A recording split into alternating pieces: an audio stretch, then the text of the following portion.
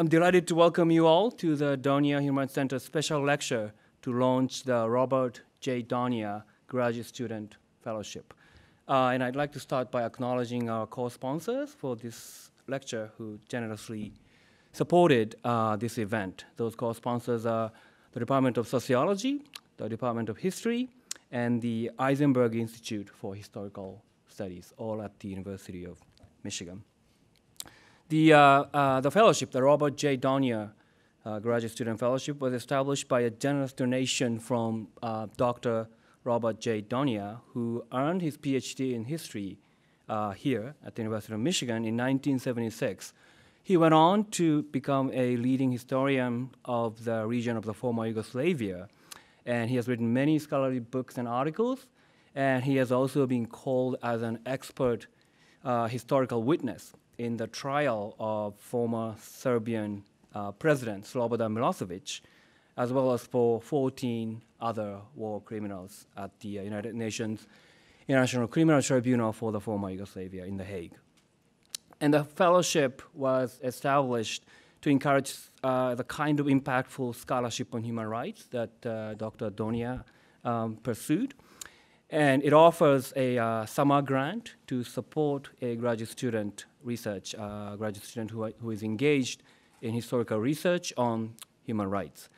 The application cycle for this year has just closed, and we received a number of strong applications, and we are in the process of selecting the recipient. And because it was so popular, next year we will have 2 slots, so please keep an eye out for the call for applications for next year. And also, I just want to say it's not very often that we receive donations specifically for graduate education. So we're very fortunate to have a benefactor like Dr. Donia, who cares about scholarship in history and its impact on the contemporary debates about human rights and social justice. And for today's special lecture to launch this fellowship, we really could not think of a better speaker than Professor Sam Moyn, who is a professor of history at Yale University and also Henry R. Luce Professor of Jurisprudence at Yale Law School. Professor Moyn, as many of you know, is a leading scholar of human rights history, and his trilogy of, I can't pronounce this word, trilogy of human rights historiography has elevated historical studies of human rights to one of the most vibrant genres in history. And he also brought historical evidence and insights to bear on the most interesting public and scholarly debates about contemporary human rights politics. The first of his trilogy, The Last Utopia, published in 2010, made a bold claim that human rights as a core guiding principle of contemporary politics did not start in the 1940s with the Universal Declaration of Human Rights. Instead, he argues that it started in the 1970s with Helsinki Accords, the Carter administration, the rise of post-colonial states and human rights violations in those countries. This book really sparked heated debates about the origin of the international human rights regime, and whether you agree with his claim or not, you really can't deny the impact that the book has had on the field. And the second of the trilogy is Christian Human Rights, published in 2015. And this book takes us to the 1930s and 40s and reveals the strong imprint of Christianity on human rights principles as we know them today.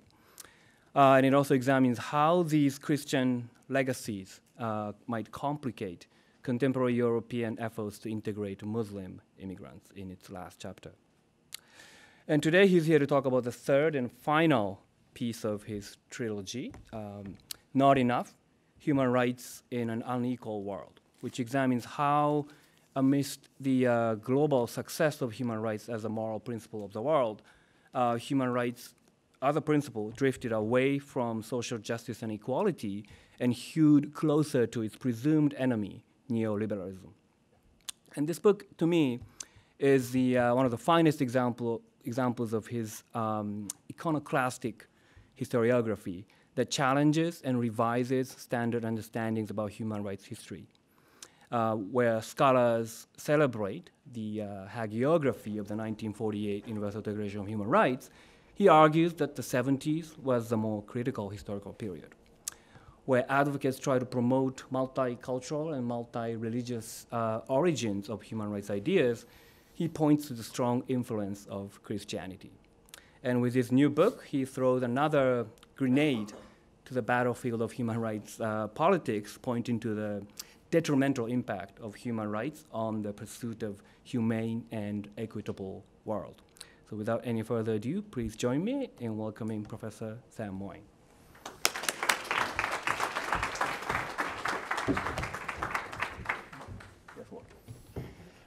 Hi, thanks for coming.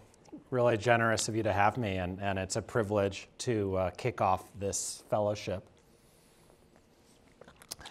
There are so many experts in the room that I want to be very tentative in introducing the main ideas of this book and really spark a general discussion about how we should think about the relation of human rights to political economy and its transformation in recent decades, on which I think we're at the beginning of a discussion, although I won't be part of it since, as Kyo mentioned, I've retired from human rights studies.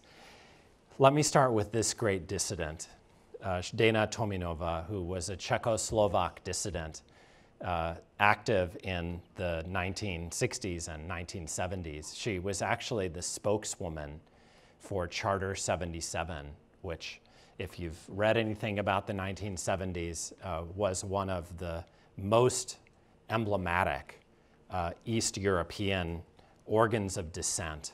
It actually arose directly in response to the Helsinki Accords. And she had suffered for her partisanship for human rights against the socialist and for her totalitarian state. She'd had her head pounded into the pavement, not least. Because of her activism, the Czechoslovak government invited her to take a break, and she went to the West, and ultimately she went into exile because she couldn't go back. But I want to start with a lecture she gave now almost 40 years ago in Dublin, when she came and surprised her listeners. Of course, she stood up for human rights, which were enjoying a whole new level of visibility in international politics.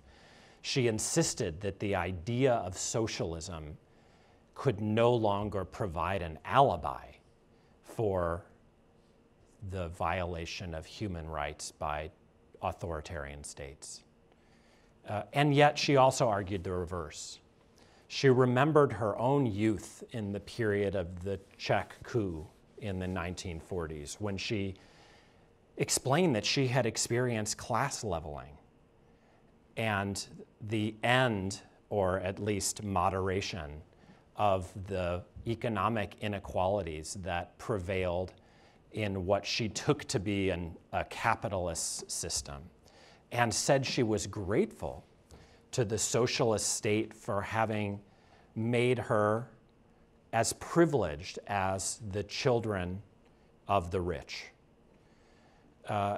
And she said, if it was the case that socialism should no longer provide an alibi for human rights violations, the reverse also ought to be true. That human rights should not become a slogan under which what actually occurs is the abandonment of egalitarian concern and the socialist idea. That was her hope, looking out from 1980, and a kind of expectation that there was no reason why human rights couldn't indeed come to the rescue of an egalitarian and socialist project. Oh well, it didn't happen. In fact, as she spoke, the idea of human rights, as this Google Ngram shows, and shows actually in all languages that it allows for testing, had been almost non-existent in our language and experienced only a little bump in the 1940s at the time of the storied Universal Declaration of Human Rights. But something happened in which Tominova was a participant in the mid-1970s that launched the idea on its contemporary career. Meantime, the idea of socialism had been far more prominent, including in those critical 1940s. And the 1960s only gave the idea of socialism a whole new lease on life and a new level of prominence until the critical years of the 1970s, when at the self-same time human rights were launched into the stratosphere, socialism began to die, or at least the usage of it in language cratered. The lines cross in 1989. As I said in Keogh's class, this data doesn't go up to and include the years of Bernie Sanders' candidacy, so who knows what may happen in the future. But as of now, it strongly looks like human rights replaced socialism. And the question is, not was it a good thing, but was her dream of having both a pipe dream, or one that you and I could reactivate if we decide that human rights neglect something that socialism captures. So as Keogh said, there's been a debate, and I've lost most rounds of it, but that's okay, about where human rights came from. And there's no doubt that the idea of human rights is quite old. There's some philosophers in the old days, you can debate whether it's the Middle Ages or the 17th century, who say that in virtue of their humanity, individuals have non-negotiable entitlements against their society or their states. This idea was politicized in the Atlantic revolutions when human rights, called other things, natural rights or droits de l'homme, the rights of man, justified violent uprisings and refoundings of states or births of states like this one. And there was the period of the Universal Declaration in the 1940s when the phrase human rights began to be more and more used. Finally, there was that inflection point, that very mysterious moment. And there have been various books on these subjects. What I want to say to begin with is that I believe we're in a new era when we should care about the fact that all of the books omit distribution and economics from their stories. And all the contestants in this field of so-called human rights history have shared in this common omission. That's certainly true of say, Lynn Hunt, focusing on the Atlantic revolutions without mentioning the seeming importance of economic developments involved in the era of the, let's call it, the birth of capitalism. It would be true of the lion's share of the literature that deals with the 1940s and the Universal Declaration of Human Rights without noting the political economic context and the distributional world into which the Universal Declaration was born. Especially for those North Atlantic welfare politicians who sent emissaries to the United Nations to write the thing. And finally, I myself wrote, about this inflection point and pondered what happened and so forth. I definitely talked about socialism back in 2008-9 when I wrote this book at the moment of the financial crisis, but I didn't make a big deal of the political economic context of this moment when human rights were launched and socialism began to die. So the question is, what would correcting my mistakes look like, our mistakes? And this lecture is an attempt to answer that question, or at least gesture towards an answer. I actually was, let's say, notified of the significance of this omission although I'm usually considered like a flaming radical, by those to my left, Marxists, who concurred with the dating of my story and my insistence on the relevance of the 1970s, but indicted the fact that I forgot to mention that the 1970s were the moment of the transition to a so-called neoliberal form of capitalism. One Marxist named Susan Marx, who comes by her name honestly, therefore, made this criticism, and it's one that I felt keenly and wanted to think about. And she says neoliberalism is the last utopia, and human rights are just, let's say, part of the superstructure of the birth of neoliberal economic relations in the advanced welfare states and on the global stage. We should mention that to her allegation, which only, I mean, I took it seriously and you can consider its plausibility, is the famous new findings from the French economist Thomas Piketty and some of his colleagues to the effect that amongst whatever else neoliberalism contributed, it also contributed something Susan Marx didn't mention in her list of its features, which is the return of the levels of economic inequality, income inequality in the case of this slide concerning the Anglo countries, that had characterized the world of the later 19th century before this so-called Great Compression period of the 1930s or 40s through 1960s or 70s, after which the top percentile, i.e. 1% of these economies, began to capture a greater and greater and greater percentage of the national income. So it strongly looks, amongst other things, as if the age of human rights is the age of the victory of the rich. And this seems very pertinent if we want to redo the history of human rights to take account of political economy. So I'm going to tell a story.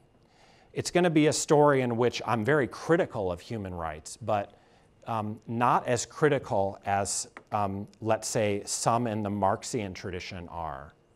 So I want to start with the way they might think about this problem and see if I can establish a convincing way of thinking about it in the alternative that still fits together human rights and political economy, but not in precisely the same way. So let's start with something Marxists definitely think, but I think anyone who's ever heard of social theory must also accept, which is that the way that production, distribution, exchange, and consumption are organized in any place or time has massive ramifications for everything else, including not just the dominant forms of injustice, but the forms of justice that seem credible and necessary to pursue. That's just like a very basic premise of social theory. I think what Marx did in his work in general and is to intensify that view, to argue for, depending on your flavor of Marxism, the exclusive or final causal character of a political economy for everything else that's going on, which is a much stronger view than one that just assigns, great influence and potential importance to production, distribution, exchange, and consumption, which I'll just abbreviate as political economy. Thinking in that way, he wrote a very famous youthful text called On the Jewish Question, and we could debate its meaning, but let's just say that it offered a couple of very powerful charges about human rights. One is that they are inflexibly the project of a particular group reflecting the ascendancy of one mode of political economy and cannot serve other projects. So his claim is that in spite of their generality and universality in documents like the Declaration of the Rights of Man and Citizen, human rights are a bourgeois project and can't be otherwise. He concluded from this analysis that human rights ought to be abandoned insofar as they merely aim at so-called political emancipation in the bourgeois state rather than the human emancipation that a communist revolution would allegedly provide. So these theses, I think, are the ones that I want to test in my little story. In particular, assessing the flexibility of rights and whether they have been changed by different forms of political economy that Marx never saw. So my story is going to have three stages. It's going to start with the 19th century and early 20th, and then it's going to look at the era of the welfare state in the middle of the 20th century, that period of great compression in incomes, amongst other things, and then conclude with the burning topic, how we might persuasively relate human rights to our so-called neoliberal political economy. So before I begin, I just want to introduce one moral distinction because it'll be very important to the way my story ends. It's between two ideals about just distribution of the good things in life. The first ideal is, let's call it sufficiency. It says what matters morally is that people get enough of the good things in life, whatever they are.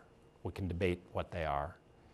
But it's a threshold concept that says our moral duty is to provide a sufficient amount. If we believe we can aggregate and monetize, we might argue for a universal basic income. If we believe in economic and social rights, we might argue for non-negotiable rights which can't be traded off against each other to jobs and housing and health and food. The point is that all of these proposals share the idea that the moral problem is that people do not have enough and need it. Now, there are some, of course, who reject this view, and you get what you get through your own agency. But it has been popular amongst reformers, old and new, to say that sufficiency is the only moral ideal that matters. Tom Paine is celebrated on this campus by Elizabeth Anderson, now more famous than she already justifiably was for her brilliant work. Just note that he's the first one I found in intellectual history to say that sufficiency is all that matters. Because in Agrarian Justice, which he writes in response to the radical proposals of Gracchus Babeuf during the French Revolution, he says, it doesn't matter how rich the rich are if the poor are brought out of poverty. And then your quest is one for sufficient provision in whatever mode you think about it. Today, that position is popular again, and it's in moral philosophy. It's, I think, most closely associated with Princeton philosopher Harry Frankfurt. He became famous when Princeton University Press republished an old essay of his as a stocking stuffer called On Bullshit, and they tried again with another old essay of his called under the title On Inequality, and it argues this position: poverty is immoral, but inequality is not. But then there's this other view, that actually inequality is immoral, in addition to, or rather than, insufficiency. The idea of inequality, of inequality as something, as a moral wrong, is that it still matters how rich the rich are, no matter whether people have been accorded the basic decencies. So those are the two main ideas distributionally I want to put out to drive my little story. So, Okay, so I'm going to start in the 19th century, just because it's the period Marx was looking at in early days.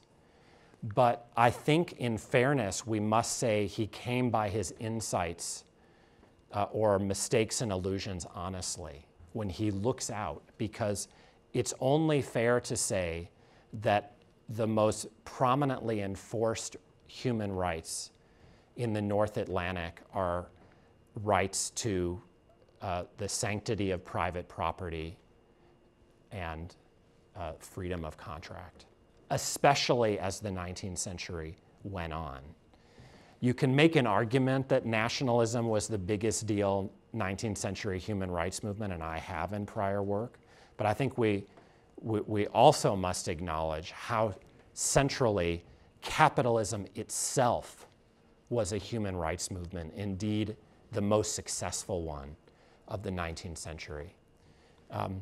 It's not that other rights weren't proclaimed, but there were no techniques in law to honor them, and there was barely mobilization to defend them in the absence of civil liberties, agitation, or human rights movements. But there was a very powerful defense of freedom of contract and the sanctity of private property, which actually completely changed the legal order of most states in this period.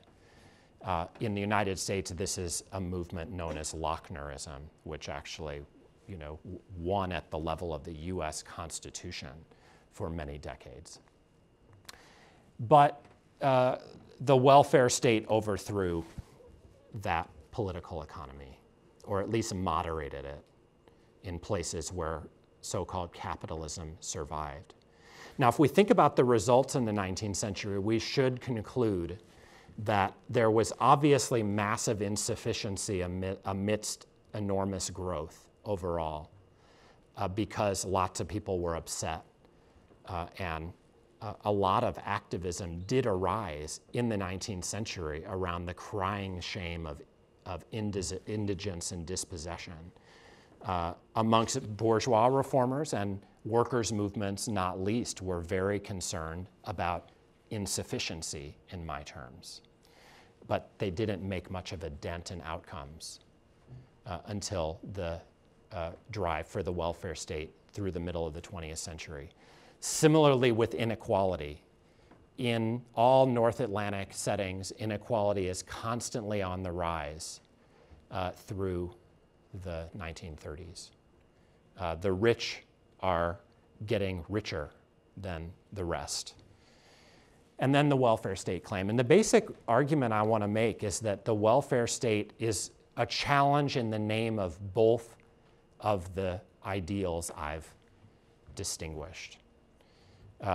It is a drive to institutionalize some basic minimum, whether in terms of economic and social rights or in some other terms, usually in other terms. And it's a drive to moderate inequalities of income and wealth, not least because so many of its versions were inflected so powerfully by that victorious socialist ideology of the middle of the 20th century. Now, these projects were exclusionary. In fact, many people, they believe that they came and succeeded on condition of their exclusions. When the states involved were empires, as most of them were for a very long time, they excluded from both sufficient provision and equal distribution the empires of the very states that built these welfare arrangements.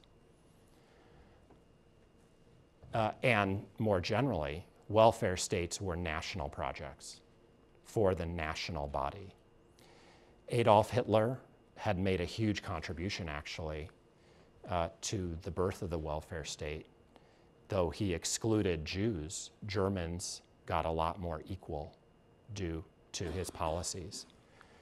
And even the sufficient provision work of welfare states worked in exclusionary ways, not least in this country, where the New Deal excluded blacks from the provisions that it brought. And so there's external and internal exclusion in these projects. Now, what I want to focus on, just for a minute, is that it seemed plausible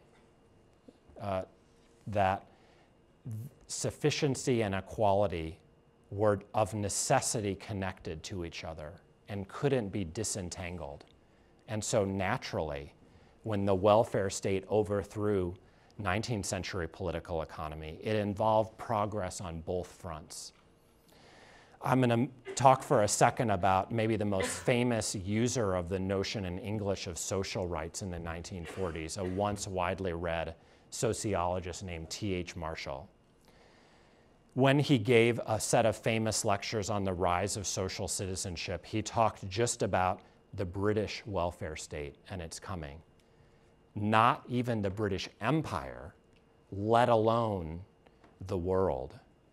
He gave his lectures that eventuated in his, again, once widely read work in January 1949 at the University of Cambridge, not even mentioning that a month before a Universal Declaration of Human Rights had been propounded, probably, but because he didn't know about it, few did. Furthermore, he didn't talk about all the internal exclusions within the British welfare state in the coming of social citizenship that he registered, not least that this was a project for the white male working class. So it was based on the family wage with all the expected implications for women's subordination. But for all of those features of his work, what is interesting about it, I think, is that his understanding of social rights, which he was one of the rare, Britons to use to describe what the British welfare state was using, linked the campaign against insufficiency with the campaign against inequality. He uses an architectural metaphor. You can't build a floor without building a ceiling. You can't bring the poor up to the level of sufficient provision without bringing the rich into orbit with the rest. And so it would have been a travesty, on his view, to describe the project of the welfare state as a project to remediate poverty, because it was about both ideals, and the one because of the other, and vice versa. Probably he thought, well, if you remediate insufficiencies, the rich are going to have to pay for it indirectly, making the campaign for basic provision an egalitarian project of necessity. And it's only fair to note that not only was there constraint on inequality in the Great Compression era, but it was not least due to such high taxes as have only become possible to talk about in this country in the last few weeks, actually. What does this all mean, this second stage for the history of human rights? That's, I think, our central question. My suggestion is that we've been reading it wrongly. Most of the debate about the Universal Declaration has presumed that its goal was to internationalize rights protection, and then a debate occurred about whether it succeeded or failed. But in fact, I think that's a mistaken premise now, and that all the Universal Declaration really was, especially given its second half of economic and social rights, was a charter for the national welfare states being pursued in the modular boxes of each state project. There's really no other reason, I think, to read it differently, especially if we're interested in the very few people who heard about it at the time. And as I mentioned, even Marshall doesn't appear to have been one of them. Now, what does this mean for reinterpreting the Universal Declaration? Well, if you read it, it does commit to a kind of equality, but it's actually a kind of equality the welfare state ignores, namely status equality. It condemns discrimination on the basis of race and gender, and yet, as we know, those were central to the welfare state. And its second half consecrates a list of economic and social rights that in language promise sufficient provision. Nowhere in its text does the Universal Declaration really imply, let alone refer to, distributive equality as opposed to status equality. And yet, my suggestion is we should make sense of this document as having been born in a larger system of the welfare state, which is most definitely committed both to sufficiency and equality, and as we know, achieves some modicum of both. Now, we should speed up, just not to, waste your time, but the plot thickens, I think, because in between the welfare state and neoliberalism is the decolonization of the world. And lots was at stake there. As I mentioned, the welfare state, even when it was built by imperial powers, excluded its own colonial territories from the renovation of the social contract that the welfare state sponsored. Some historians even conclude, in a tradition of old Marxist underdevelopment theory, that the welfare state would not have been possible in its time except for the centuries of empire or the persistence of empire of this period. Whatever the case, the post-colonial states, above all, wanted to be welfare states.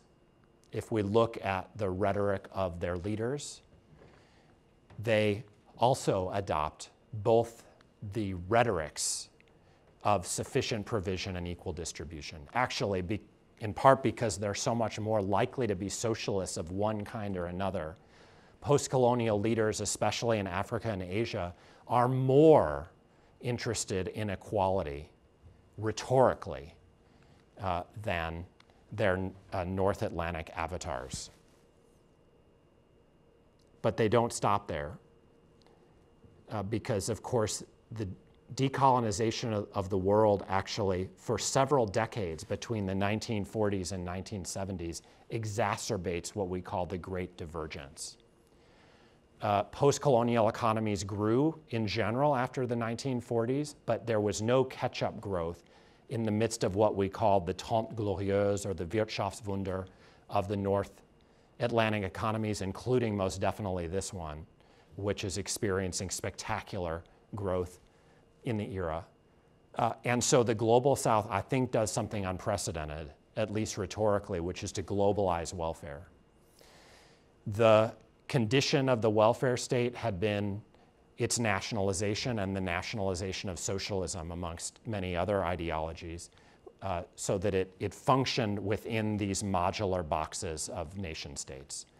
And the Global South, in part because of its objective position, claimed that egalitarianism, if not the concern about economic and social rights, needed to be one that moderated the North-South wealth gap. And you find very interesting rhetoric in this period about how the old campaign about moderating the gap between the rich and the rest in the welfare states, especially the North Atlantic welfare states, needed to be brought to a global scale so that the same kind of class compromise could take place. But of course that didn't happen. At its height, after a period of work in the United Nations Commission on Trade and Development, Conference on Trade and Development, this all culminated in the new International Economic Order proposals of 1974, which are explicitly about the globalization of the norm of equality. If you want in the Q&A, we can talk about what the Global South was doing with respect to the globalization of sufficiency norms, including economic and social rights. But briefly, they really weren't a big part of its agenda. What mattered most of all for these would-be welfare states was a globalization of welfare to create what Gunnar Myrdal called the welfare world. But we didn't get that world, at least not in the form that the Global South wanted. So we reached the third stage and the thorny topic of the relation of human rights and neoliberalism. So I'll start with just a number of observations about the problem. We know we're looking for how human rights and their huge surge in a neoliberal era since the 1970s fit in their time. Again, no social theorist could deny that they have to fit because political economy is just too important for us not to have a story about the connection. But consider the following. Human rights didn't revert to their 19th century meaning. It's totally true that in part because of the specter of the new international economic order, a new kind of international economic law was invented. The World Trade Organization was founded. But these were not areas where the language of human rights reverted to imply the narrow defense of contract and property. Instead, I think if you go out into the road and ask what people mean by human rights, it's an identifiably reformist project. It may not touch distribution, but it's about free speech and torture and so forth. And so, if you like, human rights, especially human rights law and movements, seem to retain some autonomy because they're pursuing their agenda, and one we recognize it's not like a neoliberal agenda directly. Actually, an interesting factoid is that after the Universal Declaration, 20 years after, 2 human rights treaties are written down in the United Nations called the Covenants, and they're, to my knowledge, the first declarations of rights in world history not to feature a right to property, either of them. Second, human rights got connected to, in part because the language was already there in the Universal Declaration, to an extraordinarily successful campaign for status equality in our time. So all I mean there is that not that we're anywhere but close to the beginning, but the idea that no one should be treated differently because of the kind of person they are, and especially the kind of body they have, on grounds of their gender or race or disability or sexual orientation, is much more common. And of course, not just amongst human rights groups, but in many places, human rights law has been best at defending anti-discrimination norms, like in Europe with respect to gender equity. These ideas, as I mentioned, had been marginal to the welfare states of, by, and for the white male working class.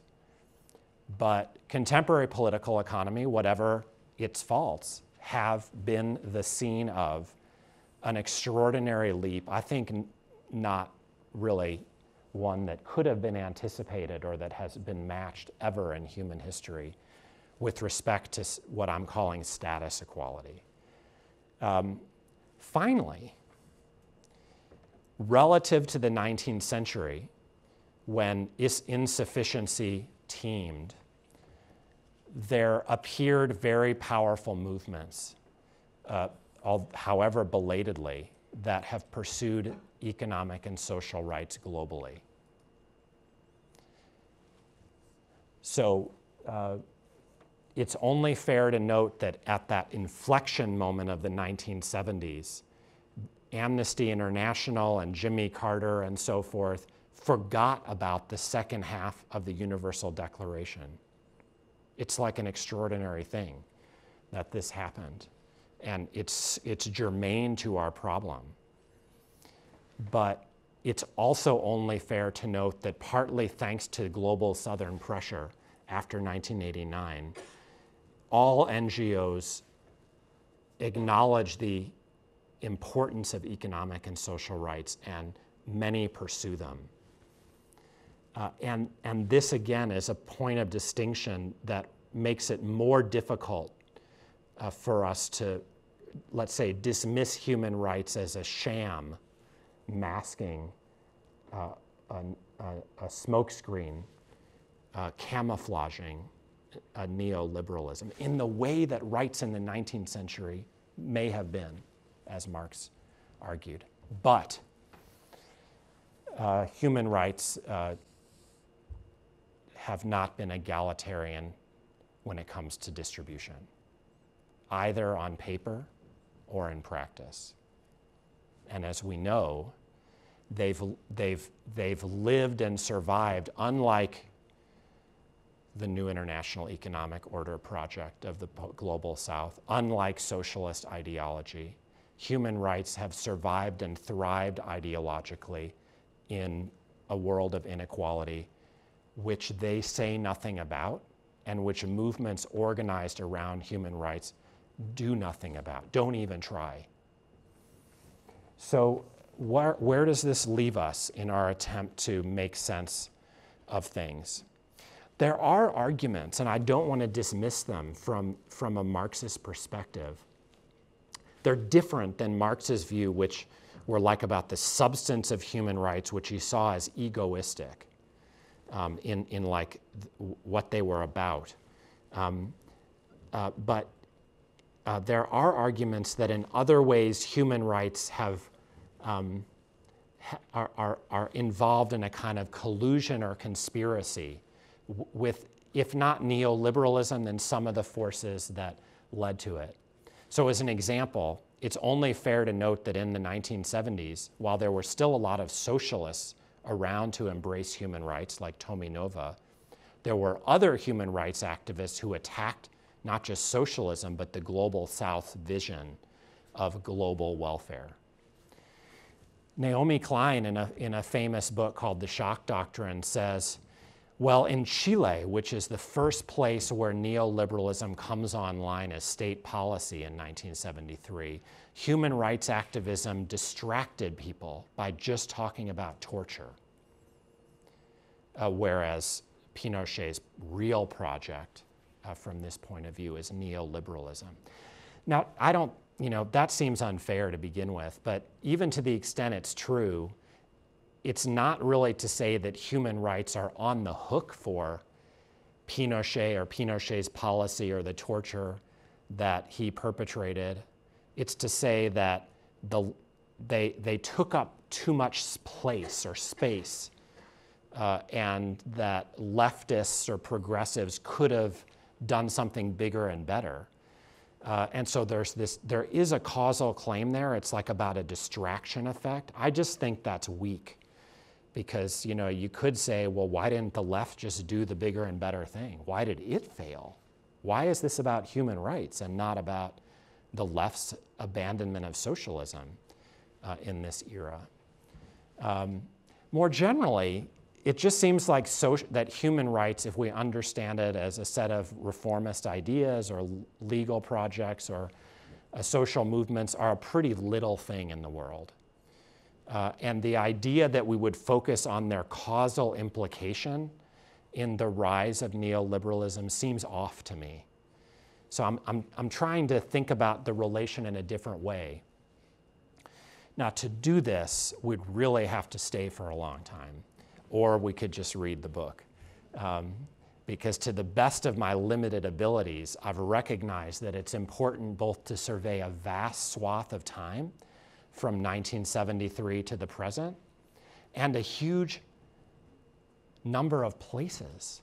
Even within Latin America, neoliberalism only hits in one place in the 70s. And in the 1980s, after transition, it wasn't obvious that neoliberalism would be ascendant there. In a place like Argentina, it took a while, not to mention the fact that there was a pink wave and so forth. We can talk a lot more about the Anglo countries, and yet the United States has not been especially connected to, I think, the global human rights project, although it's very important that its presidents have talked a lot about human rights in foreign policy. And then it took a full 10 years and the fall of the communist states for us to even begin to talk about East European neoliberalism and the relation of old dissidents sometimes gaining power and supervising sell-offs and neoliberal conversions. Finally, we'd have to talk not just about these national settings, but about the history of international financial institutions and expertise and their role in all this. Probably we would say that in the 1940s, the World Bank was primarily about the kind of counter-cyclical management and of welfare states and the creation of fail-safes against catastrophe. But we know that these old institutions like it or the IMF or new ones like the WTO became central to the history of global neoliberalism. That's what Quinn Slobodian's new book on the topic is about. So I'm just saying, we'd have to stay here a long time to talk about each of these cases. But let's pretend we had done that, or maybe take a guess at how we might connect human rights and neoliberalism in advance of a sufficiently granular debate across space and time. I think we would come up with the answer that neoliberal political economy is one that can host human rights because it's the world of Marshall's nightmare.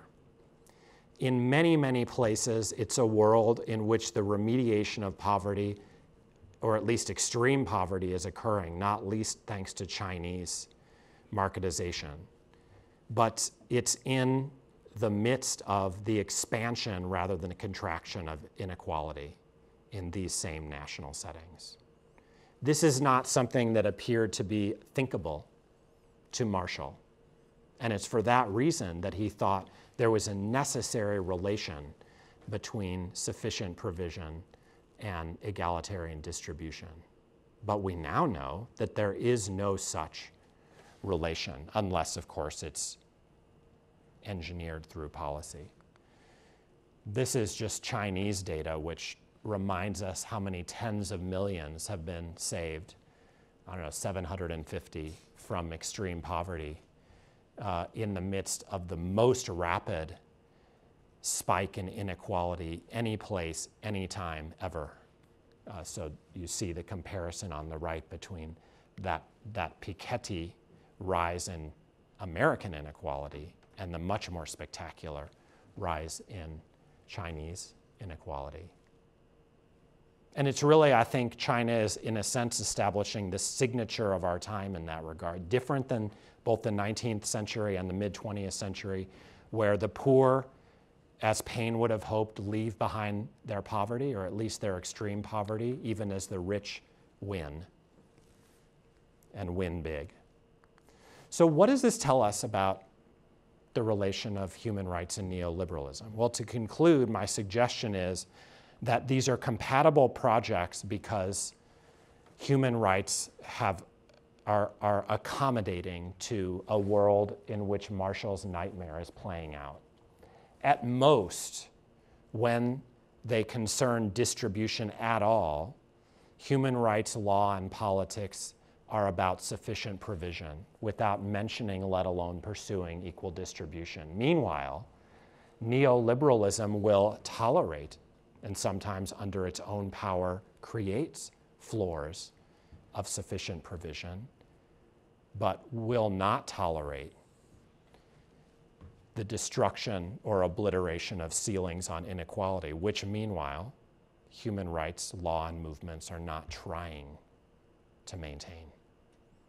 So it's like parallel play with your young children. They fit in the same world because they're not bothering one another. Socialism had to die. The new international economic order could not coexist with neoliberalism, although it's only fair to note that global inequality has been moderated in our time. Human rights do fit, not because they challenge it, but because they don't challenge it.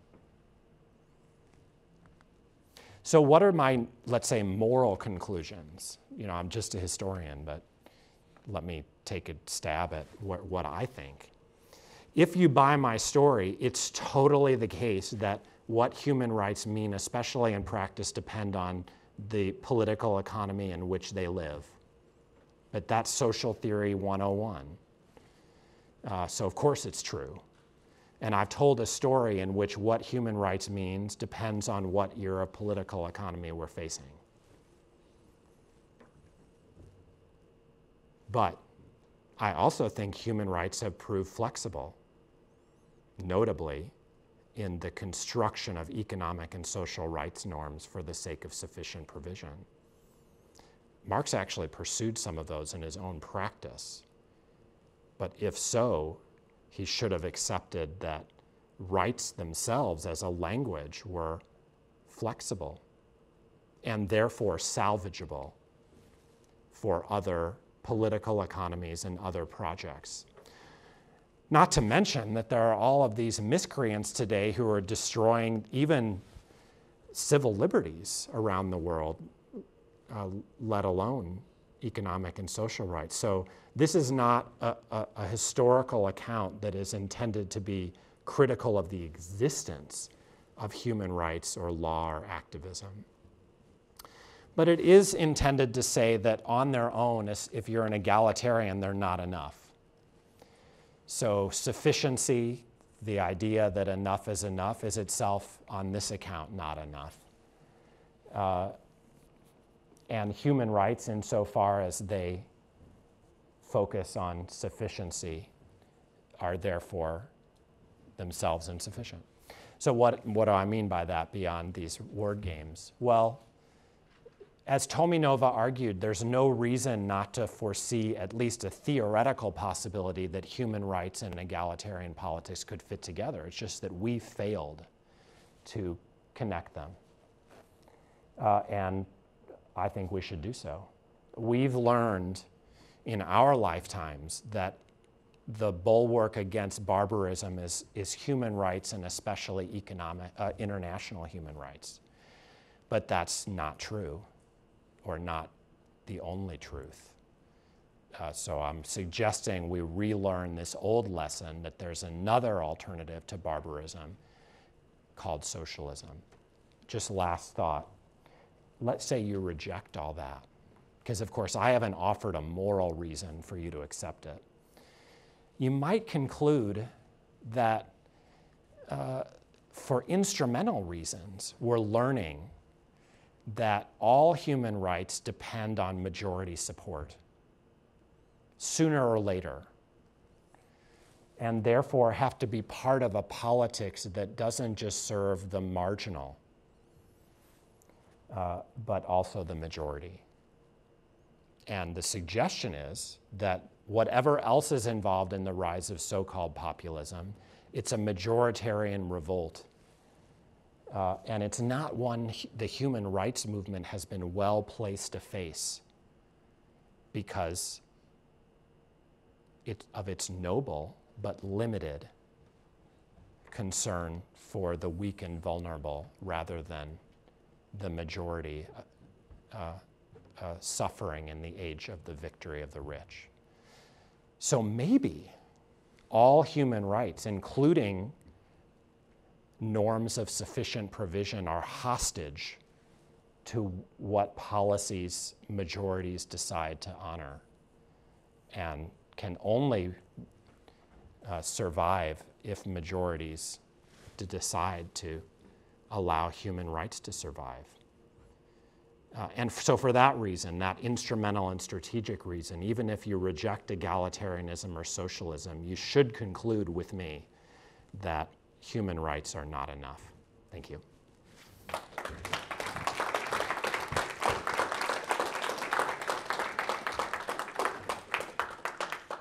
For questions, please raise your hand and I will read the question.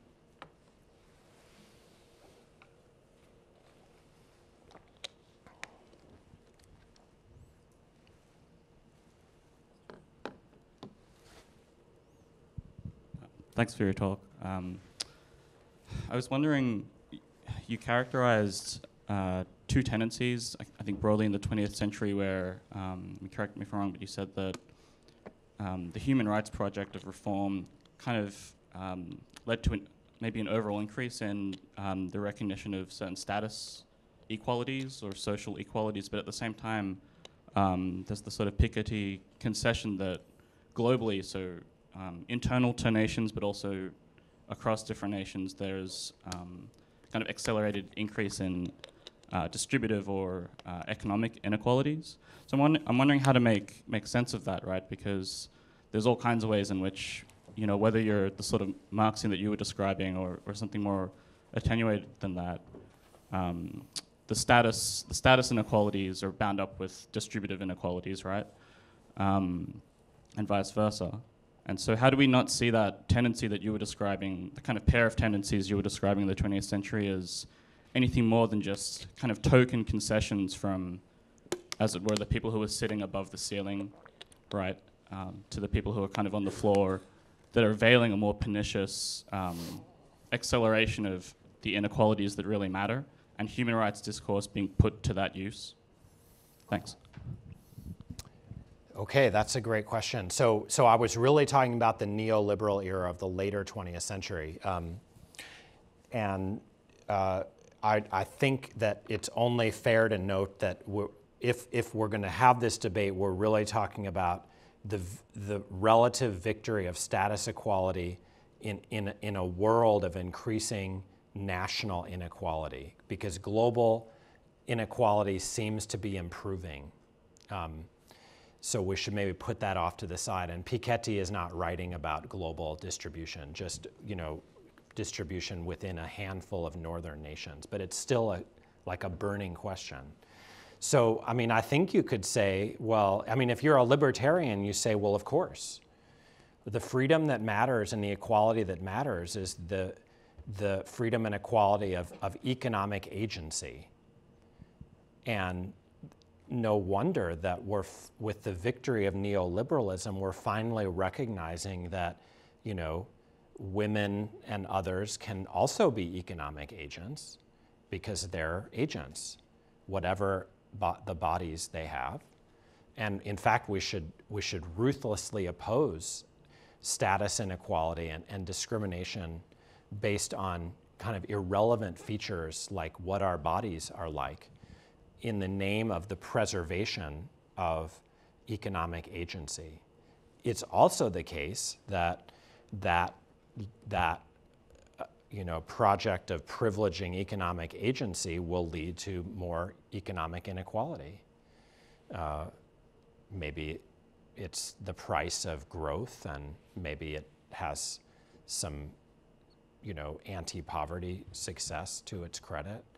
But it's not a moral wrong. So it all makes perfect sense. Now, your Marxian or quasi-Marxian response, I think, is very interesting, but I don't buy it. If I heard it correctly, the suggestion is that in order to achieve greater class inequality, the rich prettify things by providing some status equality. Well, I don't know that that's fair, because it's not just prettification. It's an objective truth that it's much more likely that women enjoy more equality to men in, you know, the workplace, for example, although it's happening at the same time that rich women have more inequality relative to poor women. And so it seems, again, that, the diversification of the wealthy elites so that, they look more like America, as Barack Obama used to say, is real. It's a form of justice that people care about. It may be true that it camouflages another form of inequality, but it does seem legitimate for those who pursue it, it's a form of justice. And I wouldn't deny that it is. The idea that we would prioritize distributional equality, even though my talk is mainly about it, and pretend status equality is like a lure, seems just as wrong as the reverse. So let's say, we could have a debate about whether an authentic progressive should maybe insist on embracing both forms of equality so that we don't sacrifice the substantial gains we've made so that, people don't suffer discrimination or less discrimination on the basis of race, gender, disability, and so forth, while demanding that it not serve as an alibi for or distraction from the increasing class inequality. Thank you, Sam. That was a fantastic lecture. First, just a plug for Jimmy Carter. Okay. Which you're not opposed to. Some years ago, 5 or 6 years ago, I happened to be at Emory. Yeah. And former President Carter spoke precisely on this theme about the need for social rights. Sure. And how human rights were insufficient in that way. I thought, ooh, he's a Marxist too. So that was nice. I worry, and you actually did get to this at the end, so maybe I'm asking you just to amplify a bit. I worried about the baby and the bathwater problem, right? So that is, as you critique the limits of human rights, would one say that these haven't been valued in the ways that you actually did describe? And here's what I want to suggest, and see what you think. Don't human rights talk, like lots of liberal rhetorics, doesn't that talk have within it a potentially subversive content that in fact could easily, in a couple of steps, move toward a serious critique of material inequality? Great. So just on the first point, although I know it wasn't a question, it's great that he had such a moral post-presidency, but he was the figure who introduced both human rights and neoliberalism to American governance. I mean, he appointed Paul Volcker. He was very interested in, and part of my book details how the Carter administration considered, when it invented human rights policy, whether it should include economic and social rights. And Cyrus Vance gave a couple of speeches in this regard. And people got very excited because they thought it was going to be a human rights policy that took the whole of the Universal Declaration seriously. But in the end, it didn't. So, but it's meaningful that he spoke in defense of social rights after the fact. That's not Marxist by any means. It's just like, it's good, but it's... We all have our own Marxists, right? So, I don't know. Like if I said, Christianity, because Jesus counseled turning the other cheek, has in it the potential of a radical critique of war, I would say it does, except that it was almost never taken seriously. And so the idea of human rights, as I argued, means like whatever it means. And the political economic circumstance that's hegemonic will probably be the main answer to what it means. If your claim is that we can read human rights in such a way as to lead to distributive equality, I would want to raise the objection that there's no right to equal distribution. So we'd have to invent one, or put pressure on maybe some of the tiny remnants of equality distributionally that are in human rights declarations and law. It could be done, But I venture to argue it's not the problem in the same way as that it wasn't the problem that there wasn't a basis in Christianity for pacifism. It's that Christians were warlike. And by the same token, we would need to figure out what the historical forces are that would lead people to embrace a radical version of human rights. What's not the case is that they just need to read the documents more carefully or kind of, cite them more judiciously. Rather, we need, a different circumstance in which human rights acquire a different meaning. My own view is that there are other ideologies and movements that have been much more openly egalitarian, notably socialism. And it's like saying, we need to rely on human rights to do it all when they exclude the value that other movements have championed and that are returning to American politics. So why not just rely on those other ideas and movements? Yeah, I just want to add my thanks for the lecture, which was terrific and a wonderful statement of the problem. I think I want to ask a question about how this kind of combined effort to achieve both an attention to sufficiency and distribution simultaneously can be developed in institutional terms, right? Yes, It seems to me that if you look at many of the examples that you cite, if you look at the history of the welfare state, the reason why FDR had to exclude African Americans from the New Deal was because he couldn't get Southern Democrats to vote for it in the first place.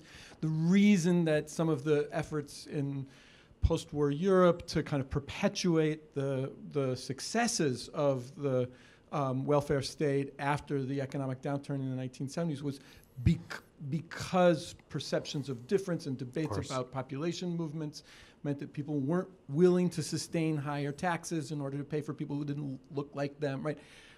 Or even if you look at more recent things like in the European Union, the creation of the euro market, the need to establish a sense of the legitimacy of fiscal transfers from wealthy nations to poor nations, part of the reason why Germany and Greece couldn't get their act together in the last decade. Like, what are the actual institutions, given all of this litany of failures for social democracy to overcome these preponderant differences, what are the institutions we look for to achieve socialism, whatever you want to call it? Sure. No, if I knew that, I would be working, for a movement or party, not standing here, although I'm really privileged to do so. I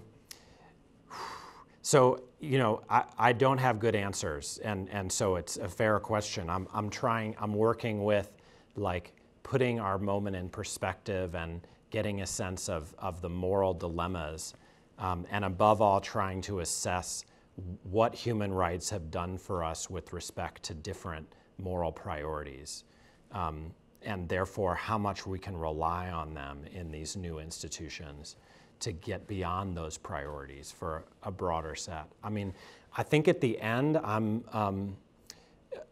of the talk, I'm interested in some of these national settings, in a way of fitting together human rights with a return to class politics, which in an American setting would have to be now transracial and not be about the consecration of the male working class, let alone the white male one. Given kind of the objective changes in the nature of work since, the high, Fordist economy on which these welfare states were built, I think we would need to think very seriously about kind of the vanguard of the knowledge economy and, the way in which it's so confined and, above all, to the rise of precarious work.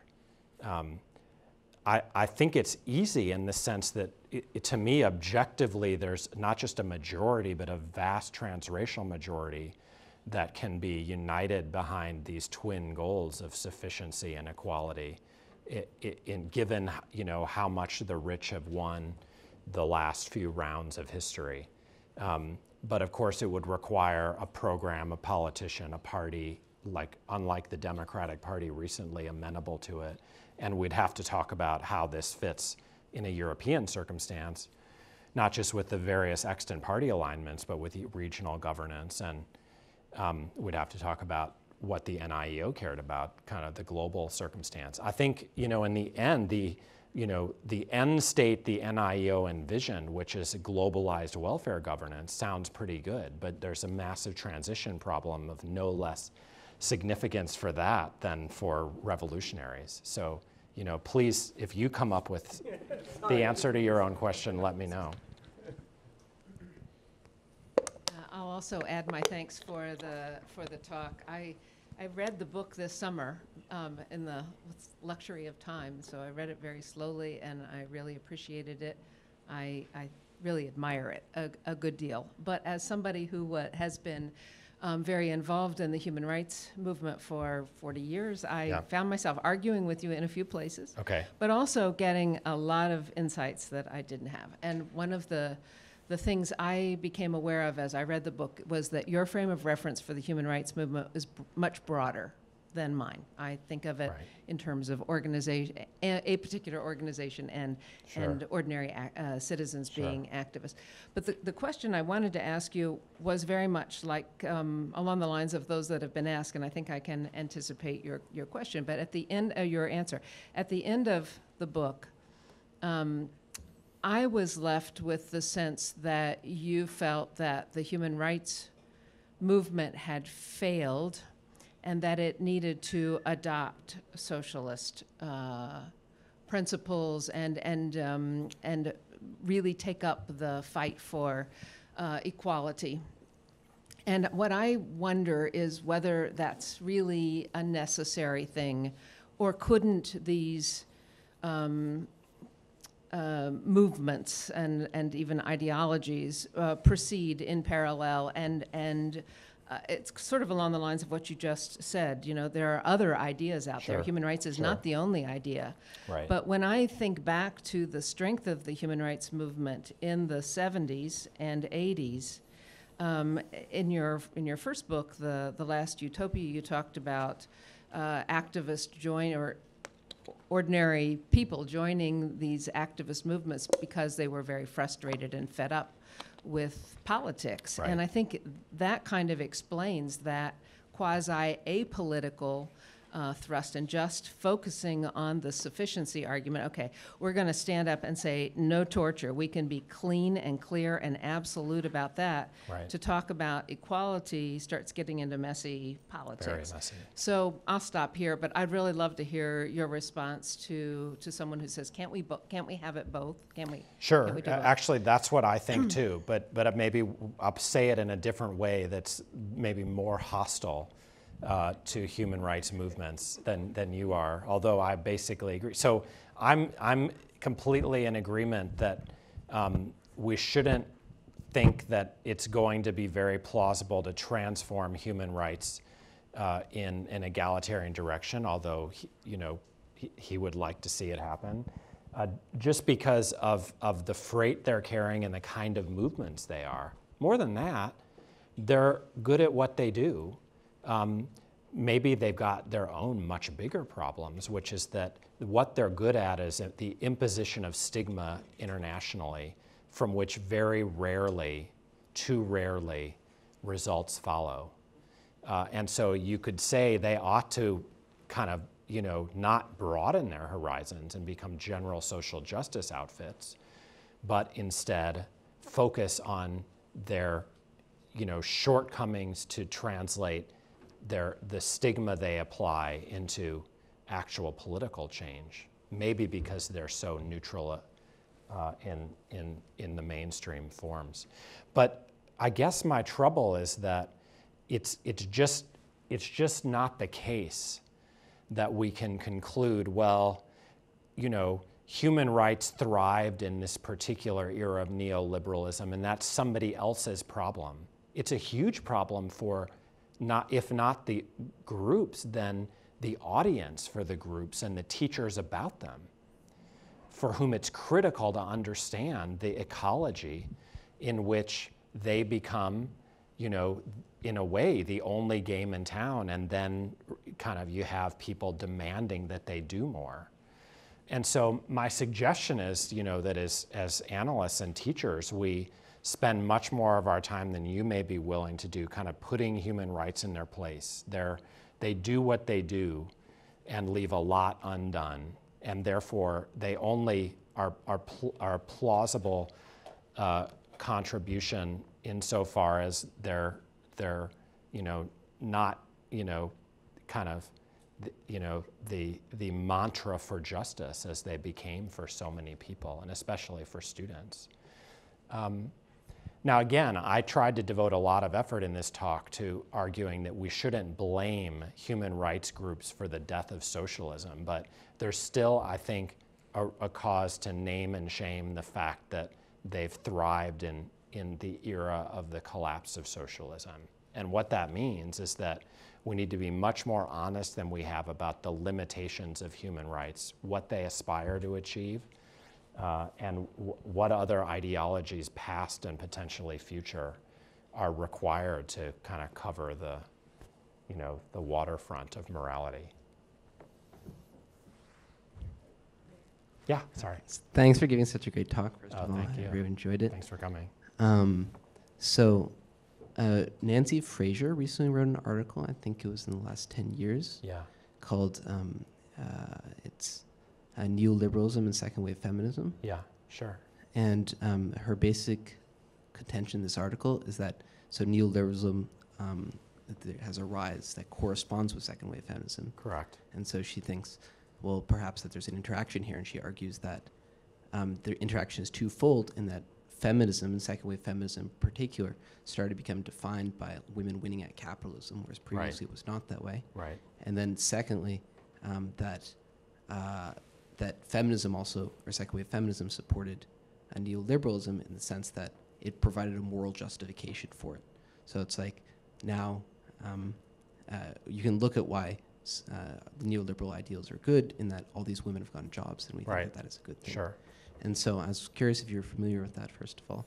And then if we view feminism as like a specific strand of human rights, if you can think about how human rights might not exist entirely independently of neoliberalism.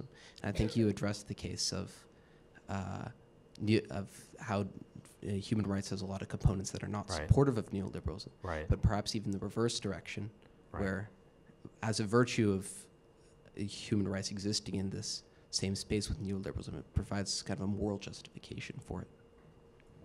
Great. So that's a great article, and everyone should read it, and I cite it in the book, and I think it is raising a parallel debate because it's really centrally about the possible price of status equality if it's not connected to, you know, material equality as a goal. Again, I think she makes arguments that are ones that I've tried to criticize, because it seems as if we should acknowledge that status equality is good, full stop. And, you know, if it has effects that are, let's say, distract us from the larger neoliberal circumstance in which that equality is achieved, it seems as if we should blame neoliberalism for these effects, and that the fact that women get more justice and get equality in the lives of the cubicle proletariat is not to blame for that, and it could well be kind of an independently worthy thing. So I would say that what she and others raise is the limits of what you could call a neoliberal feminism. That's to say, what's the form of feminism that thrives in this neoliberal ecology? Well, it's one that involves leaning in and breaking glass ceilings in the workplace and having, you know, women presidents who you know, pursue class inequality in their policies. You know, it didn't happen in this country, but it was a close thing. And so, again, just like with human rights, my suggestion is we have to save this set of ideas for a much broader ideology of fairness, so that we're not restricted to the obvious good of status inequality in an increasingly unequal world. And so that's a big challenge, I think, for feminists. Now, in fairness, a lot of feminists kind of outside the limelight of American discussions have, thought a lot about, how to connect the struggles of Northern women for first of all, in the early days, in the days of a famous treaty called the Convention for the Elimination of Discrimination Against Women, for equality in the workplace, how to fit their agenda together with global Southern women who they meet in all kinds of, fora that the UN sponsors and other. They came to terms actually in a common turn to stigmatizing violence against women, women's bodies, and that is discussed briefly in the book, and it's been a very interesting coalition of Northern and Southern women, very differently situated groups of women that have found this item something around which they can rally in common. And that, we'd have to think much more broadly than Northern women like Hillary Clinton or the kind of people Nancy Fraser is indicting to kind of come to grips with the much broader global picture. Final question? Okay, so I think to some extent the infamous Soviet prosecutor or jurist Vyshinsky actually contributes to the idea about rights to things. And he actually pushes a lot to get into that as in adding to rights from in the Universal Declaration of Human Rights. So to me, the later movement in the development of the concept of human rights have a lot to do with the Soviet or socialist bloc's withdrawal from the idea from human rights. Interesting. You think that's true, or you think? No, but it's a very fair hypothesis. So let's just go back. I mean, economic and social rights are pretty pervasive in, let's say, non-communist thought and law, notably Latin American. The Soviets participate fully in the Universal Declaration's drafting, even though they abstain in the end with their, allies or, pawns. I think, the fundamental fact would be that rights to, as you called them, were very credible globally in the 1940s and 50s, and since 1989 have become even more so in lots of global campaigns. So that's why I myself concluded that the story is not best organized around the idea that you have to be, that you have some capitalists who don't want any kind of distributional fairness and some communists who want only that, because it turns out that there's this ideal of sufficient provision, one form of which is economic and social rights, which is broadly embraced everywhere in the middle of the 20th century, at least at the level of aspiration.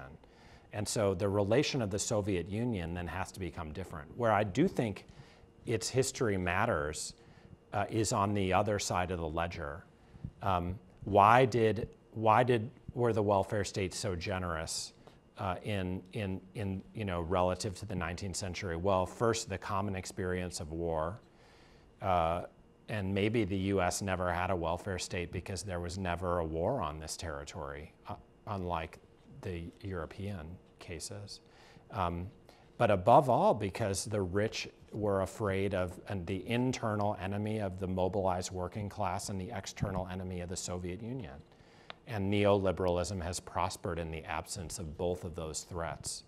That's not a justification for the Soviet Union or its return, but it does suggest that for more egalitarian fairness, we would need to frighten the rich.